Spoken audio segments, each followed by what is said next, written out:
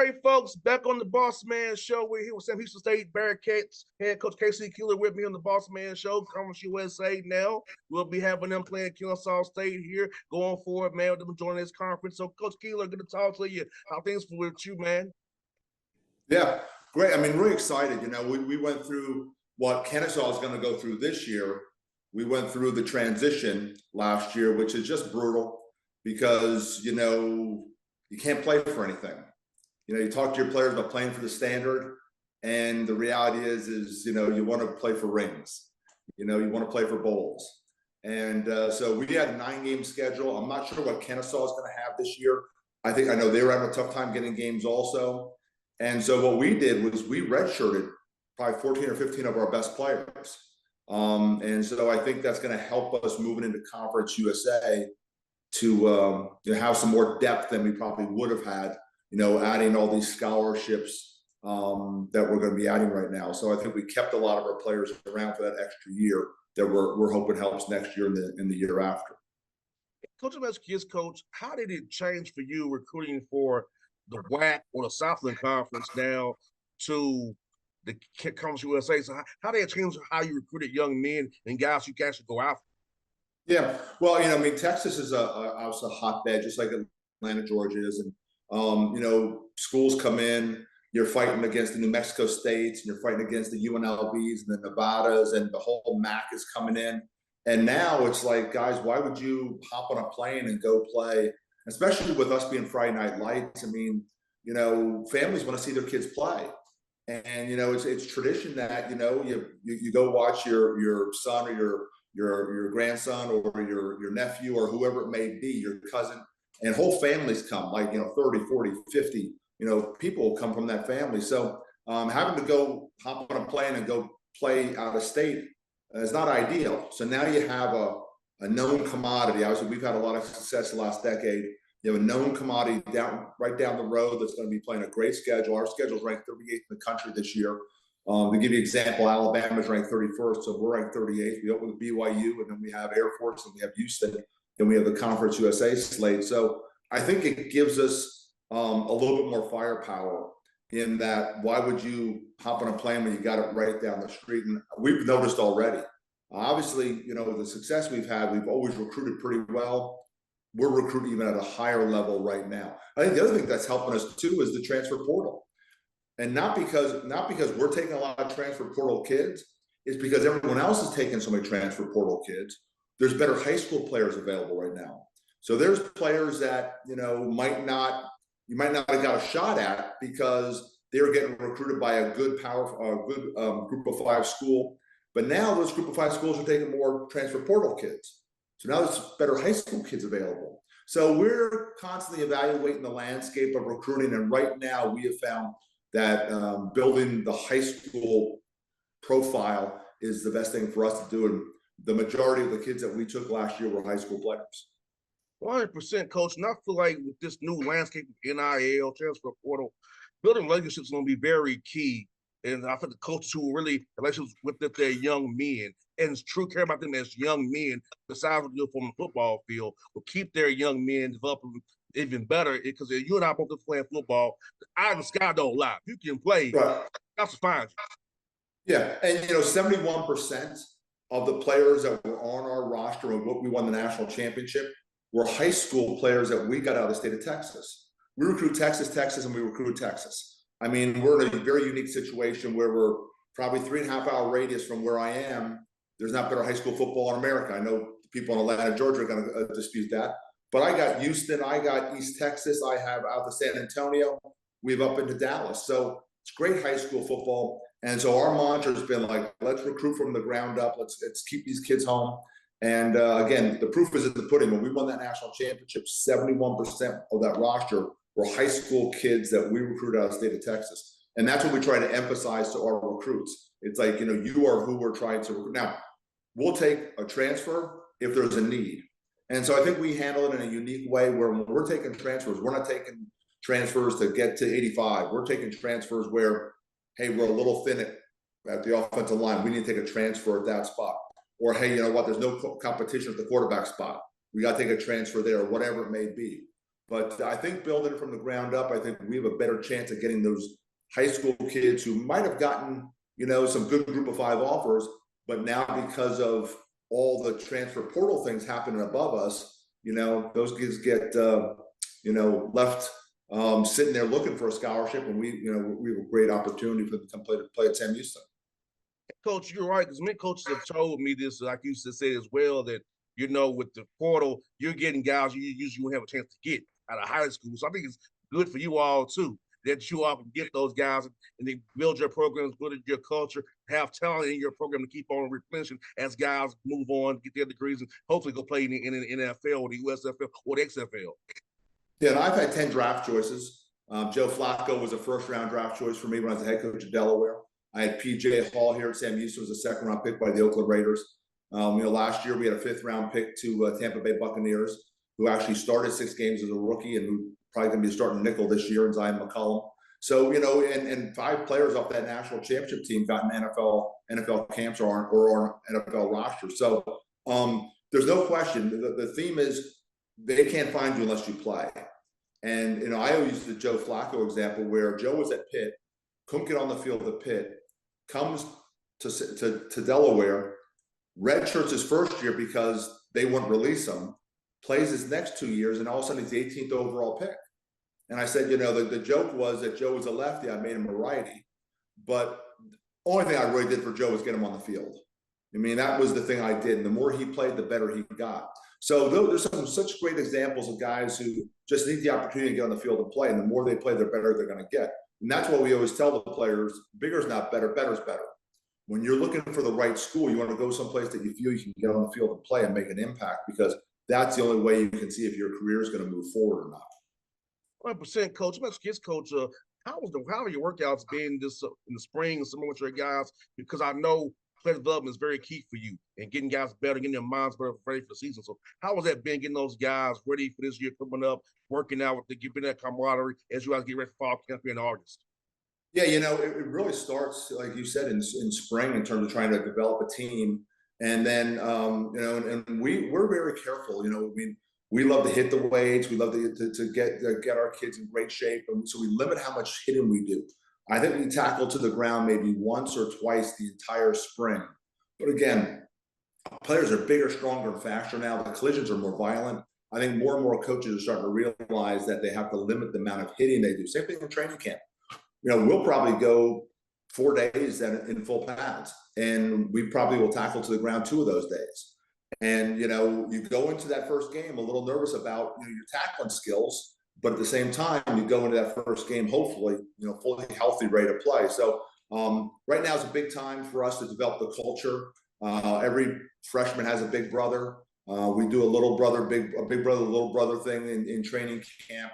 We do a cookout every Wednesday with the players where, we have a practice, guys are out there. You can do so many more things with the players than you ever could before. So it's like a 50-minute practice. And then we have fellowship, and we cook out together, and we bond together. And it's so cool when you walk in there and you see freshmen with transfers and seniors with juniors, and just guys all, mixed up and they're just enjoying the fact they had a great workout and now they're going to bond together. So we're a big culture team. We think a lot of our success has obviously been our talent, but also we think a lot of our success has been, the culture we had. When we won the national championship, we beat the only 3 teams in the nation in the last decade to win national championships. We beat James Madison, North Dakota State, and South Dakota State. And besides Sam Houston, those are the only teams to win national championships in the last decade. And we were losing in all those games. And in fact, in the James Madison game, we're down 21 points at halftime. In the national championship game, we went down and we had a score with 6 minutes left to go in the game. We had to convert 2 fourth downs and a 3rd and 9 with 16 seconds left. And all those things are done because you have great players, but also culture. And that's why this time of year, with the spring and the summer, you're really developing that culture. And you're trying to teach the new players, hey, this is how we do it. And I always tell our veterans, like, listen, if you want to keep them at arm's length, you're not going to get a whole lot out of them this year. What you need to do is say, hey, this is how we do it. Put your arm around them and get those guys caught up. And again, we take great pride in bringing in new players. And I always tell our team, I said, I'm proud of this program in many ways. But probably one of the things that is pretty cool, and I think what makes us special, is we really focus on making sure those new players, we take care of them. When they move in, every player from their positions over there and helping them move in, meeting their parents, making sure that all their gear gets in, letting them know it's all going to be okay. And so we do a lot of things that are culture building, and all that stuff hopefully will pay off when we get into the season. I think you will, coach. And I think now I always tell you about my experience. When I played ball, we had an issue on our team. It was offense be defense. It was like you could just our coach was a defensive coach. He didn't care about the offense. If we lost, it was our fault. Now, I'll tell you offline who I played for, but it's like, but people who know the show know the show. But like, tell the story for it. But yeah, like he didn't care. It was like really like offense over here, defense over here. He didn't care about the offense. He didn't talk to me or any of us on offense all 4 years. I talked to that man 4 times in Yep. 4 years because he was a defensive guy. He didn't mess with offense. Yeah, and so one of the things we do is we'll take something like the book Make Your Bed. It's about a Navy SEAL and the 10 things that he said he learned as a Navy SEAL. And we'll take an offensive coach and a defensive coach, and they will team teach that chapter. And the first chapter is about making your bed, about, hey, let's have a sense of accomplishment, the very first thing you do in the morning. And then the coaches will, when we'll do this as a staff, we'll make sure that we have a theme involved. How does this pertain to your life? How does this pertain to your teammates? How does this pertain to this season and this team? And so the next week or a couple of days later, whenever we're going to do that next chapter, there's a whole different group of players in there, and they're teaching chapter 2. So the point is that when this is all done, the 10 chapters, every coach has interacted with every player, and every player has interacted and started to develop a relationship with every coach. So when we're on the plane or we're in the hotel or we're on the sideline, they know these guys. My quarterback knows my defensive line coach. My wide receiver knows my corners coach, my D tackles coach, my special teams coach knows, the quarterbacks. I mean, so we work really hard at trying to integrate everybody. And a divided team, it's tough to have success when you have a divided team. And that's why we talk about coach. Our record proved that. Trust and believe. Yeah. So we work hard at those kind of things. We try to find ways, and that's the same thing I said. We just had a pool workout, and so all the guys were in the pool. So we just try to do a lot of things that we try to, mix up the players and mix up the coaches. And so it's not like the quarterback coach just knows the quarterbacks. And I want him to know that he tackles. And I want him, and we want that facility. We want our kids to feel like, that's coming home. And they're gonna pop in, and they're gonna like my starting D tackle sees my O-line coach. Coach Nathan, how you doing, man? What's going on? You get a chance to see your kids this week? Whatever it may be. So we try to do a lot of those things where you want the kids to feel comfortable that that's a safe place, that facility. And instead of trying to run out of it, we want them trying to run to it, because that's what family is. And when people talk about family, we really work hard at trying to make this family. And my wife says I'm more mentor and teacher than I am football coach, but I also know that without having success, I'm not going to have this platform. And so, my dad coached every youth program in the little town we lived in.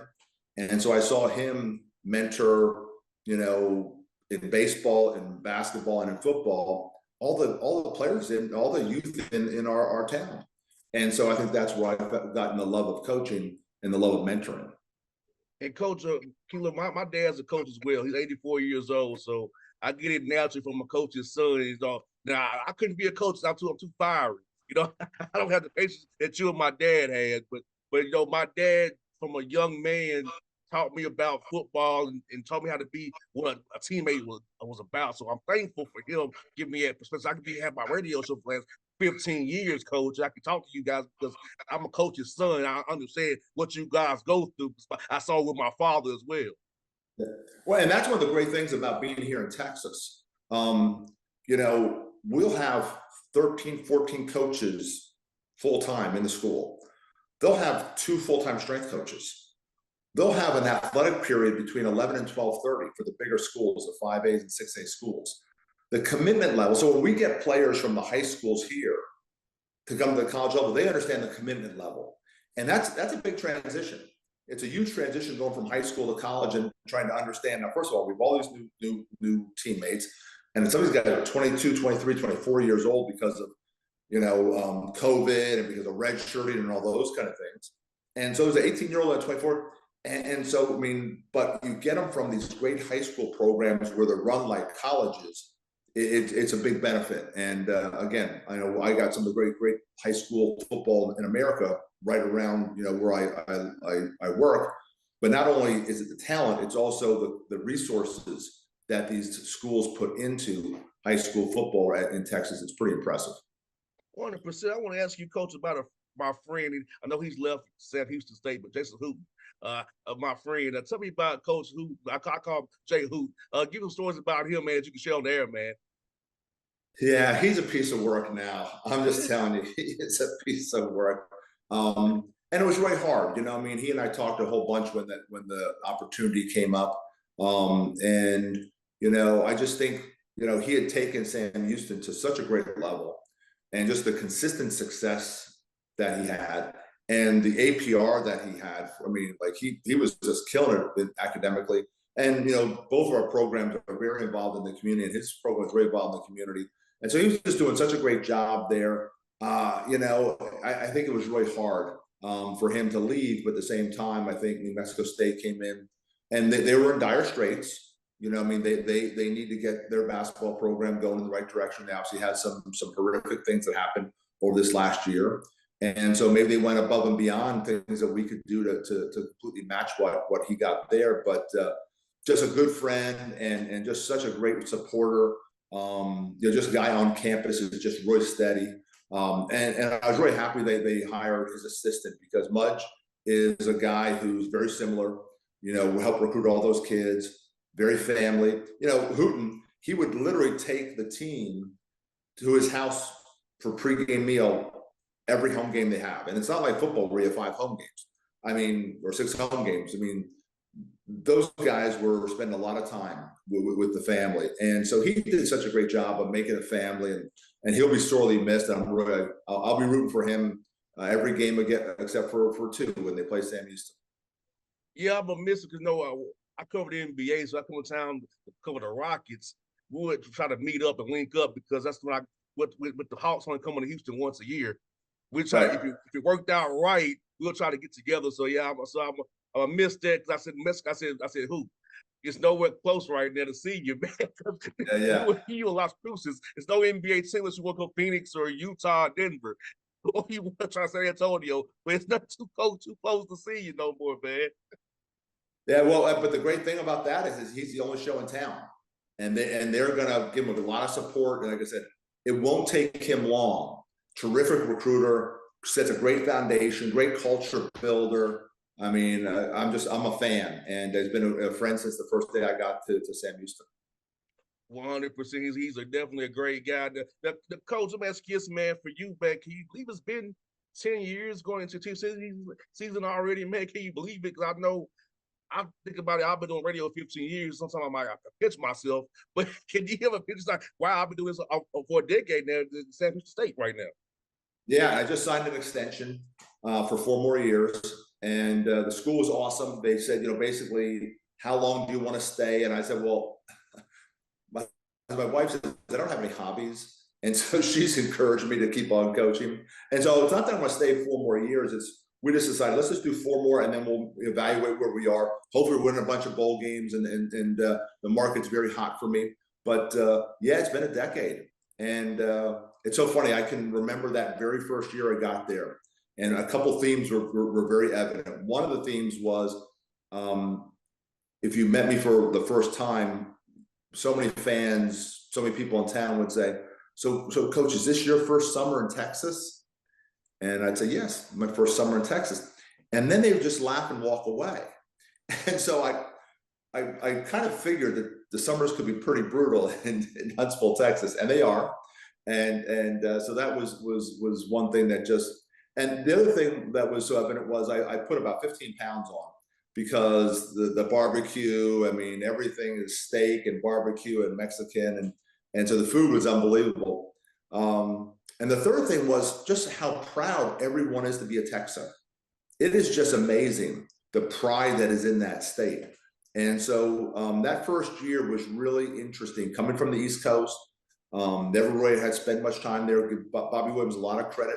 You know, took a shot on a guy that might have looked like he was not the fit, but he knew I knew how to recruit no matter where I was. He knew I knew how to build a culture. He knew that I could relate to the players and the media. So, you know, he was very instrumental in you know, kind of encouraging me to, you know, explore Sam Houston. And the one thing I asked him, you know, when he offered me the job is I said, just promise me you're going to give me the resources that, you know, we can win a national championship. And I'm smart where I don't like say, hey, I need this, this, this, and this. But when I feel I need something, he knows that I feel I need something. And he has stepped up and got me the things I needed to win a national championship. And that was you know, something we wanted to do at Sam Houston before we moved on to Conference USA. 100%, Coach. Look at your schedule. I think I can make it to November 18th, probably in Western Kentucky, because usually I have a house in Nashville, which is Middle Tennessee. Of course, I live in Atlanta, so it's like they're coming to you this year, but I'll try to see you in Western Kentucky for sure. That's out from my house in Nashville. Yeah, and if you look at the teams in the league, I mean, I think 7 of these teams won bowl games last year. I mean, or at least in the last 2 years. So I mean, it's going to be a great conference. You know, Liberty obviously has put a lot of resources into their football program. Western Kentucky's been hot. Middle Tennessee's does such a great job. You know, I mean, New Mexico State went to a bowl last year and won. So it's really we're excited about the conference. We're excited about the opportunity. We're also excited the fact that by going FBS, it's pushed us along in terms of things that we need to do with our facilities. And so again, I think it was a great move by our administration to you know, move to FBS and Conference USA, and we're excited for our first year. 100%, Coach. But good to chat with you, man. It was enjoy this. And like I said, I'm trying to come see you guys play in Bowling Green. Hopefully, Atlanta Hawks don't play that day, so I can do that. So, I see your hat. I see your yes, hat. sir. Yes, sir. So yeah, when I'm not doing my radio show, I'm covering Atlanta Hawks every day. That's what I do for a living, because I'm doing this show here. Gotcha. Well, hey, love to see it at one of the games. And again, anytime you need me on the show, let me know. Love to be on. Sounds good, Coach. Thanks so much, Coach, for your time today. All right, appreciate you. Thanks.